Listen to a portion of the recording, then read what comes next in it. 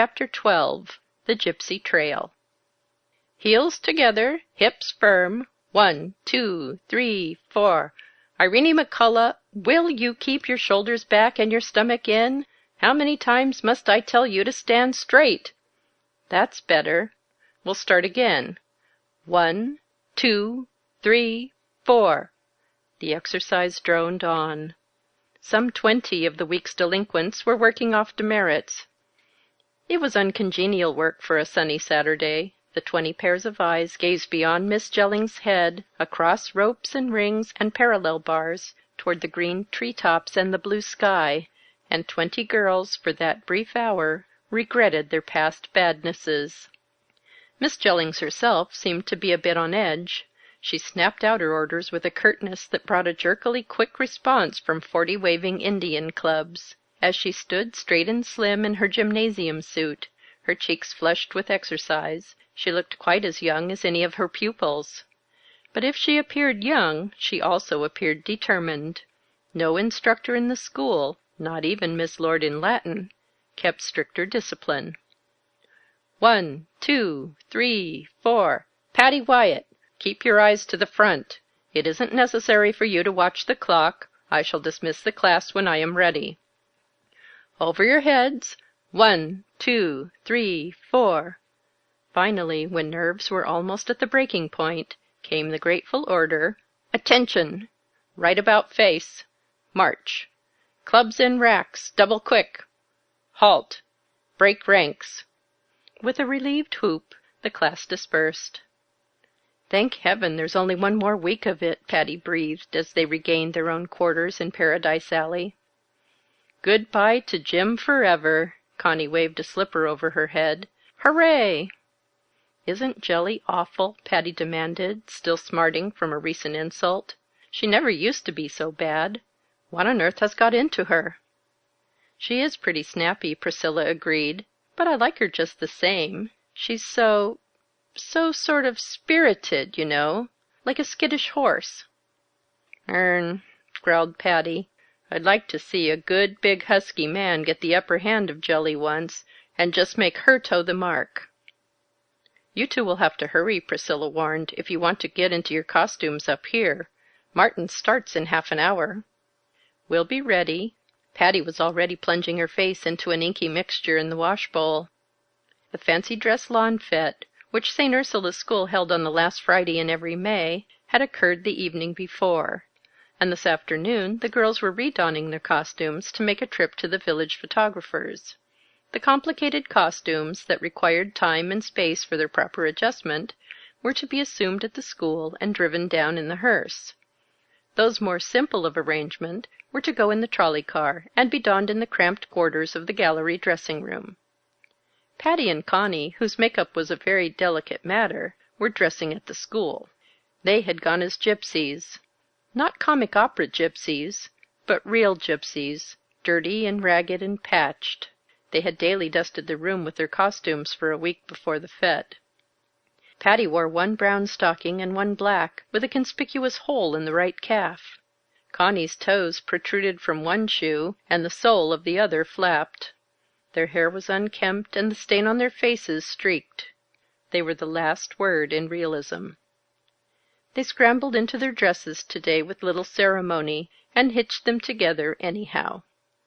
Connie caught up a tambourine, and Patty a worn-out pack of cards, and they clattered down the tin-covered back stairs. In the lower hall they came face to face with Miss Jellings, clothed in cool muslin, and in a more affable frame of mind. Patty never held her grudges long. She had already forgotten her momentary indignation at not being allowed to look at the clock.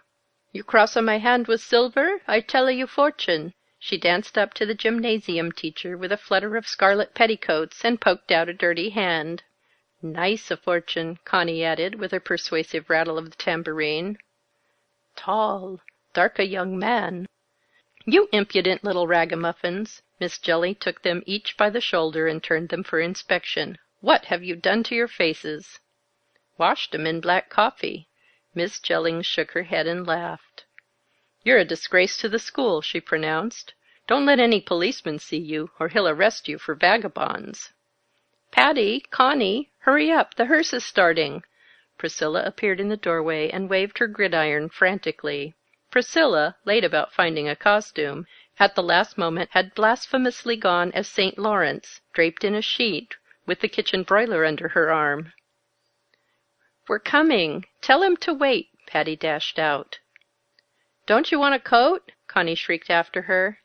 "No, come on! We don't need coats!" The two raced down the drive after the wagonette. Martin never waited for laggards. He let them run and catch up. They sprang onto the rear step, and half a dozen outstretched hands hauled them in head first. They found the photographer's waiting room a scene of the maddest confusion. When 60 excited people occupy the normal space of 12, the effect is not restful. "Did anyone bring a button hook? Lend me some powder. That's my safety pin. Where'd you put the burnt cork? Is my hair a perfect sight? Fasten me up, please. Does my petticoat show?" Everybody babbled at once, and nobody listened. "I say, let's get out of this. I'm simply roasting." St. Lawrence seized the gypsies by the shoulder and shoved them into the vacant gallery. They squeezed themselves with a sigh of relief onto a shaky flight of 6 narrow stairs before the breezes of an open window. "I know exactly what ails Jelly." Patti spoke with an air of carrying on a conversation. "What?" asked the others with interest. "She's had a quarrel with that Lawrence Gilroy man who was manager at the electric light place. Don't you remember how he used to be hanging about all the time? And now he never comes at all? He was out every day in the Christmas vacation. They used to go walking together, and without any chaperone, too. You would think the Dowager would have made an awful fuss, but she didn't seem to. Anyway, you should have seen the way Miss Jellings treated that man. It was perfectly dreadful. The way she jumps on Irene McCullough is nothing to the way she jumped on him." "He doesn't have to work off demerits. He's a fool to stand it," said Connie simply. "He doesn't stand it any more." "How do you know?" "Well, I sort of heard.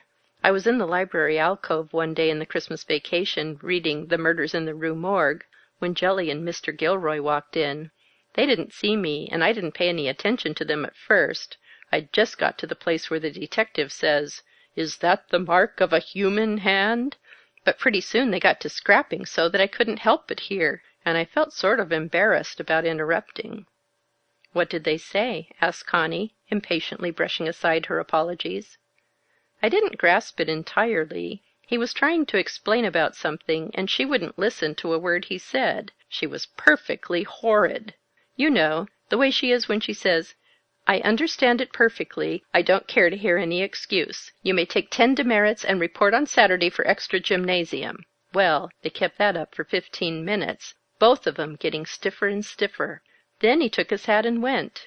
And you know, I don't believe he ever came back. I've never seen him. And now she's sorry. She's been cross as a bear ever since." "And she can be awfully nice," said Priscilla.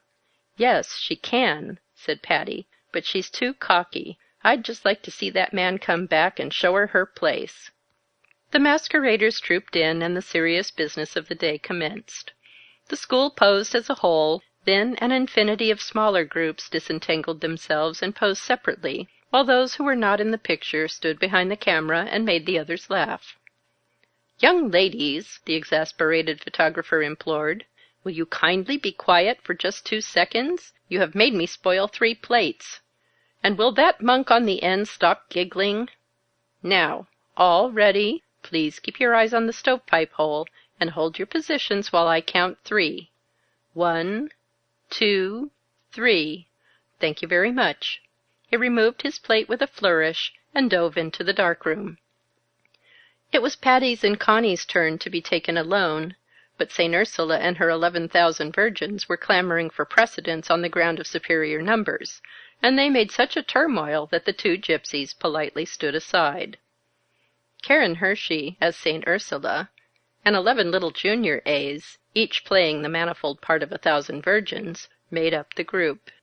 It was to be a symbolical picture, Karen explained. When the gypsy's turn came a second time, Patti had the misfortune to catch her dress on a nail and tear a 3-cornered rent in the front. It was too large a hole for even a gypsy to carry off with propriety. She retired to the dressing room and fastened the edges together with white basting thread. Finally, last of all, they presented themselves in their dirt and tatters. The photographer was an artist, and he received them with appreciative delight. The others had been patently masqueraders, but these were the real thing.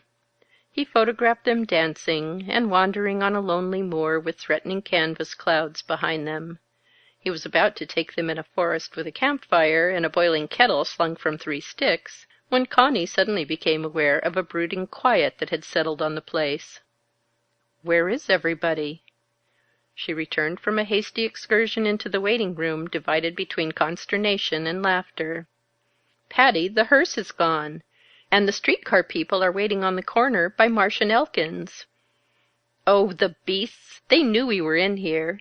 Patti dropped her 3 sticks and rose precipitately. "Sorry," she called to the photographer, who was busily dusting off the kettle. "We've got to run for it." "And we haven't any coats," wailed Connie. "Miss Wadsworth won't take us in the car in these clothes." "She'll have to," said Patti simply. "She can't leave us on the corner." They clattered downstairs, but wavered an instant in the friendly darkness of the doorway. There was no time, however, for maidenly hesitations, and taking their courage in both hands, they plunged into the Saturday afternoon crowd that thronged Main Street. "Oh, Mamma, quick! Look at the gypsies!" a little boy squealed as the 2 pushed past. "Heavens!" Connie whispered. "I feel like a circus parade." "Hurry!" Patti panted, taking her by the hand and beginning to run. "The car's stopped and they're getting in. Wait! Wait!" She frenziedly waved the tambourine above her head. An express wagon at the crossing blocked their progress. The last of the 11,000 virgins climbed aboard without once glancing over her shoulder, and the car, unheeding, clanged away and became a yellow spot in the distance. The 2 gypsies stood on the corner and stared at one another in blank interrogation. "I haven't a cent. Have you?" "Not one." "How are we going to get home?" "I haven't an idea." Patti felt her elbow jostled. She turned to find young John Drew Dominic Murphy, a protégé of the school, and an intimate acquaintance of her own, regarding her with impish delight. "Hey, Youss, give us a song and dance." "At least our friends don't recognize us," said Connie, drawing what comfort she could from her incognito. Quite a crowd had gathered by now, and it was rapidly growing larger. Pedestrians had to make a detour into the street in order to get past. "It wouldn't take us long," said Patti, a spark of mischief breaking through the blankness of her face, "to earn money enough for a carriage. You thump the tambourine, and I'll dance the sailor's hornpipe." "Patti, behave yourself." Connie for once brought a dampening supply of common sense to bear on her companion.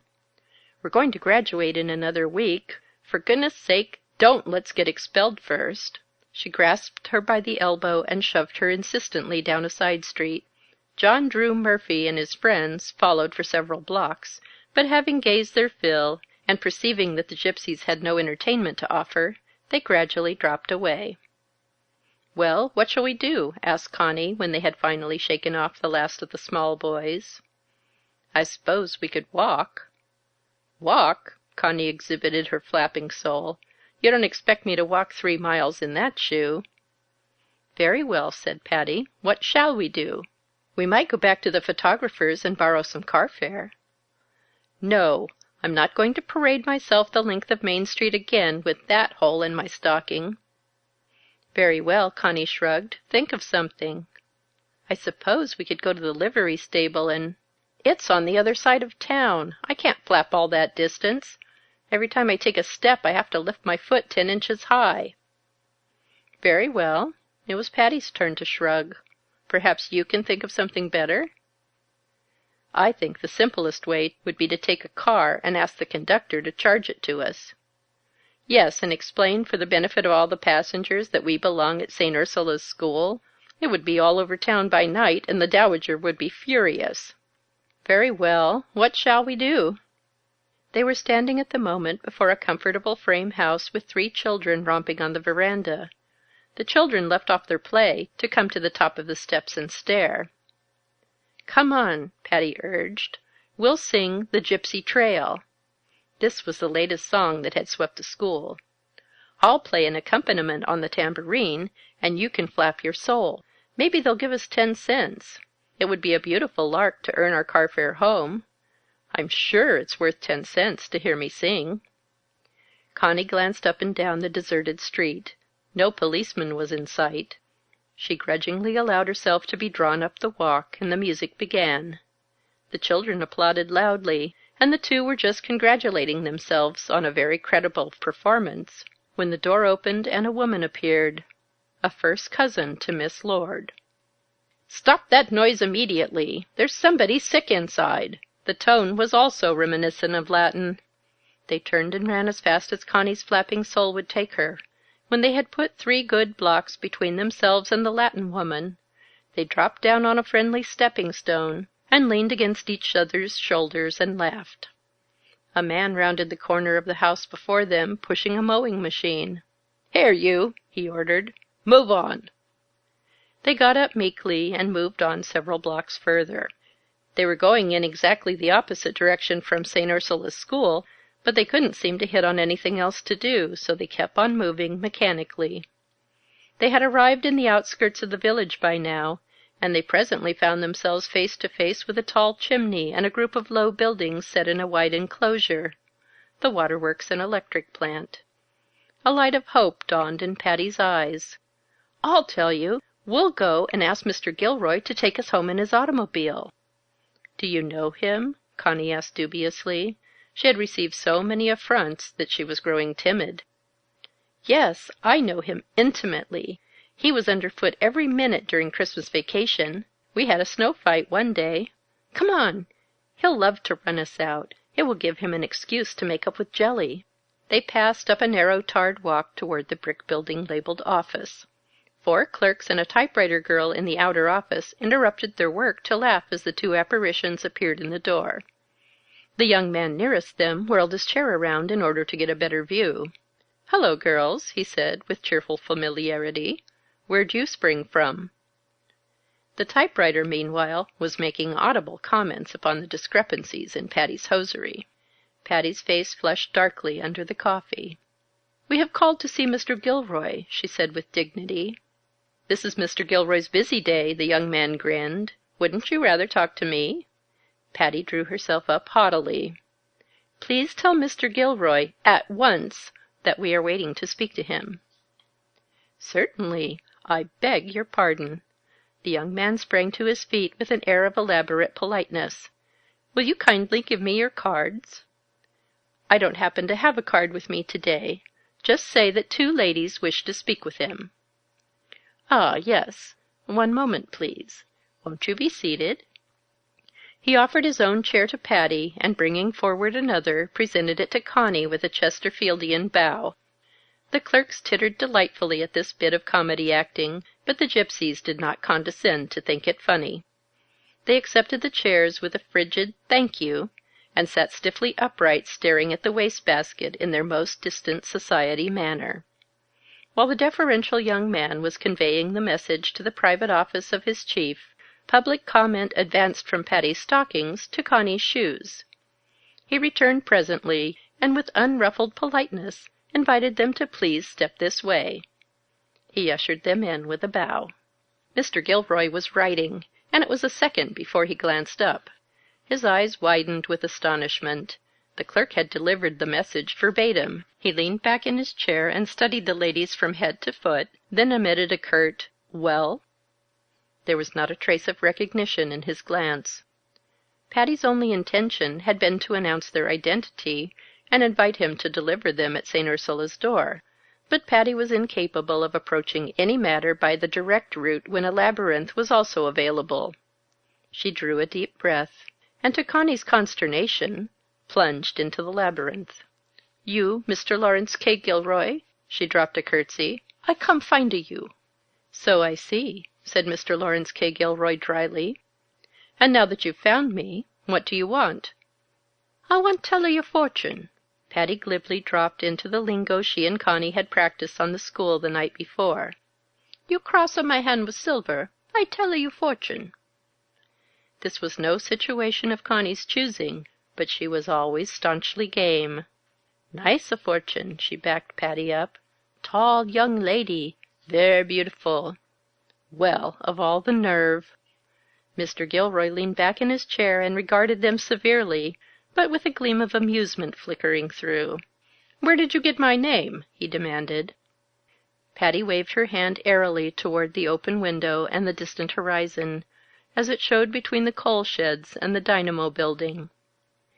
"Gypsy peoples, they learn signs," she explained lucidly. "Sky, wind, clouds, all talk, but you no understand. I get message for you, Mr. Lawrence K. Gilroy, and we come from long a way off to tell your fortune." With a pathetic little gesture, she indicated their damaged footgear. "Ver' tired. We travel far." Mr. Gilroy put his hand in his pocket and produced 2 silver $half. "Here's your money. Now be honest. What sort of a bunco game is this? And where in thunder did you get my name?"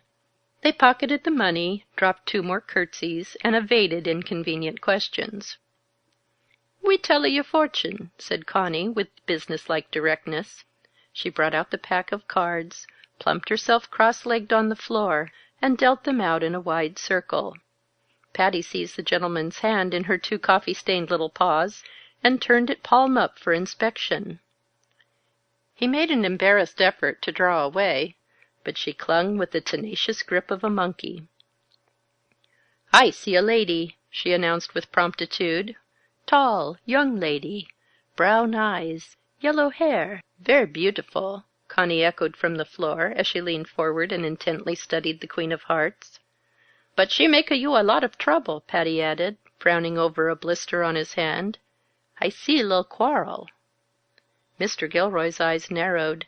In spite of himself, he commenced to be interested. "You like her very much," pronounced Connie from below. "But you never see her any more," chimed in Patti. 1, 2, 3, 4 months you no see her, no spik with her." She looked up into his startled eyes. "But you think about her every day." He made a quick movement of withdrawal, and Patti hastily added a further detail. "Dat tall young lady, she ver' unhappy too. She no laugh no more like she used." He arrested the movement and waited with a touch of anxious curiosity to hear what was coming next. "She feel ver' bad, ver' cross, ver' unhappy. She thinks always 'bout that li'l quarrel. 4 months she sit and wait, but you never come back." Mr. Gilroy rose abruptly and strode to the window. His unexpected visitors had dropped from the sky at the psychological moment. For 2 straight hours that afternoon he had been sitting at his desk grappling with the problem, which they, in their broken English, were so ably handling. Should he swallow a great deal of pride and make another plea for justice? St. Ursula's vacation was at hand. In a few days more she would be gone. And very possibly she would never come back. The world at large was full of men, and Miss Jellings had a talking way. Connie continued serenely to study her cards. "One more chance." She spoke with the authority of a Grecian sibyl. "You try again, you win. No try, you lose." Patti leaned over Connie's shoulder, eager to supply a salutary bit of advice. "Dat tall young lady too much—" she hesitated a moment for a fitting expression. "Too much head in there. Too bossy. You make a her mind, understand?" Connie, gazing at the round-faced, chubby Jack of Diamonds, had received a new idea. "I see 'nother man," she murmured. "Red hair and fat. Not too good looking, but—" "Very dangerous," interpolated Patti. "You have no time to waste. He come soon." Now they had fabricated this detail out of nothing in the world but pure fancy and the Jack of Diamonds, but as it happened, they had touched an open wound. It was an exact description of a certain rich young man in the neighboring city who loaded Miss Jellings with favors, and whom Mr. Gilroy detested from the bottom of his soul. All that afternoon, mixed in with his promptings and hesitations and travail of spirit, had loomed large the fair, plump features of his fancied rival.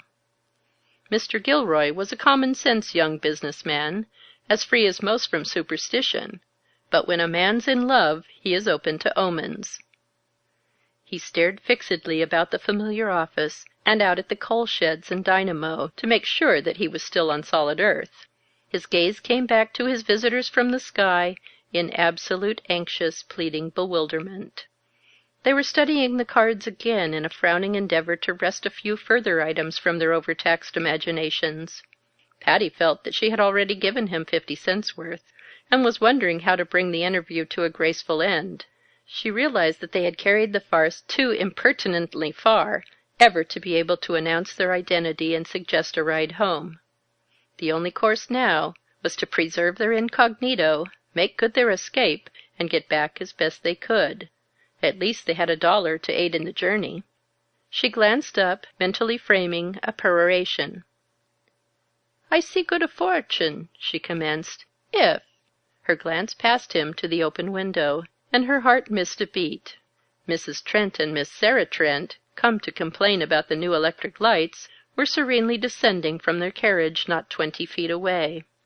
Patti's hand clutched Connie's shoulder in a spasmodic grasp. "Sally and the Dowager," she hissed in her ear. "Follow me." With a sweep of her hand, Patti scrambled the cards together in rows. There would be no chance to escape by the door. The Dowager's voice was already audible in the outer office. "Good-bye," said Patti, springing to the window. "Gypsy's call. We must go." She scrambled over the sill and dropped 8 feet to the ground. Connie followed. They were both able pupils of Miss Jellings. Mr. Lawrence K. Gilroy, open-mouthed, stood staring at the spot where they had been. The next instant he was bowing courteously to the principals of St. Ursulas and striving hard to concentrate a dazed mind upon the short circuit in the west wing. Patti and Connie left the car, and a number of interested passengers, at the corner before they reached the school. Circumnavigating the wall until they were opposite the stables, they approached the house modestly by the back way.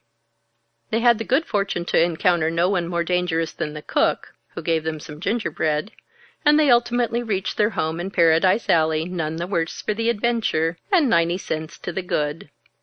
When the long, light evenings came, St. Ursula's no longer filled in the interim between dinner and evening study with indoor dancing, but romped about on the lawn outside.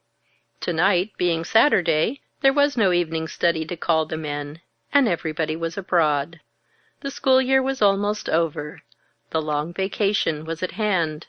The girls were as full of bubbling spirits as 64 young lambs. Games of blindman's buff, and pussy wants a corner, and cross-tag were all in progress at once. A band of singers on the gymnasium steps was drowning out a smaller band on the porte-cochere. Half a dozen hoop-rollers were trotting around the oval, and scattered groups of strollers, meeting in the narrow paths, were hailing each other with cheerful calls. Patti and Connie and Priscilla, washed and dressed and chastened, were wandering arm in arm through the summer twilight, talking, a trifle soberly, of the long looked-forward-to future that was now so oppressively close upon them. "You know," Patti spoke, with a sort of frightened gulp, "in another week we'll be grown up." They stopped and silently looked back toward the gay crowd romping on the lawn toward the big brooding house that through 4 tempestuous, hilarious, carefree years had sheltered them so kindly. Grown-upness seemed a barren state. They longed to stretch out their hands and clutch the childhood that they had squandered with so little thought. "Oh, it's horrible!" Connie breathed with sudden fierceness. "I want to stay young!" In this unsocial mood, they refused an offered game of hare and hounds, and evading the singers on the gymnasium steps (the song was the Gypsy Trail), they sauntered on down the pergola to the lane, sprinkled with fallen apple blossoms. At the end of the lane, they came suddenly upon 2 other solitary strollers, and stopped short with a gasp of unbelieving wonder. "It's Jelly," Connie whispered. "And Mr. Gilroy," Patti echoed. "Shall we run?" asked Connie in a panic. "No," said Patti. "Pretend not to notice him at all." The three advanced with eyes discreetly bent upon the ground, but Miss Jellings greeted them gaily as she passed. There was an intangible, excited, happy thrill about her manner. Something electric, Patti said. "Hello, you bad little gypsies!" It was a peculiarly infelicitous salutation, but she was smilingly unconscious of any slip. "Gypsies?" Mr. Gilroy repeated the word, and his benumbed faculties began to work. He stopped and scanned the trio closely. They were clothed in dainty muslin, three as sweet young girls as one would ever meet, but Patti and Connie, even in the failing light, were still noticeably brunette. It takes boiling water to get out coffee stain. "Oh!" He drew a deep breath of enlightenment, while many emotions struggled for supremacy in his face. Connie dropped her gaze embarrassedly to the ground. Patti threw back her head and faced him. He and she eyed each other for a silent instant. In that glance, each asked the other not to tell, and each mutely promised. The breeze brought the chorus of the Gypsy Trail, and as they sauntered on, Miss Jellings fell softly to humming the words in tune with the distant singers. "And the gypsy blood to the gypsy blood, ever the wide world over, ever the wide world over, lass, ever the trail held true. Over the world and under the world, and back at the last to you. Follow the Romany pattern." The words died away in the shadows. Connie and Patti and Priscilla stood hand in hand and looked after them. "The school has lost Jelly," Patti said, "and I'm afraid that we're to blame, Con dear." "I'm glad of it," Connie spoke with feeling. "She's much too nice to spend her whole life telling Irene McCullough to stand up straight and keep her stomach held in. Anyway," Patti added, "he has no right to be angry because, without us, he never would have dared." They kept on across the meadow till they came to the pasture bars, where they leaned in a row with their heads tipped back, scanning the darkening sky. Miss Jellings' mood was somehow catching. The little contretemps had stirred them strangely. They felt the thrill of the untried future, with romance waiting around the corner. "You know," Connie broke silence after a long pause, "I think, after all, maybe it will be sort of interesting." "What?" asked Priscilla. She stretched out her arm in a wide gesture that comprised the night. "Oh, everything." Priscilla nodded understandingly, and presently added with an air of challenge, "I've changed my mind. I don't believe I'll go to college." "Not go to college?" Patti echoed blankly. "Why not?" "I think I'll get married instead." "Oh," Patti laughed softly, "I am going to do both." End of Chapter 12.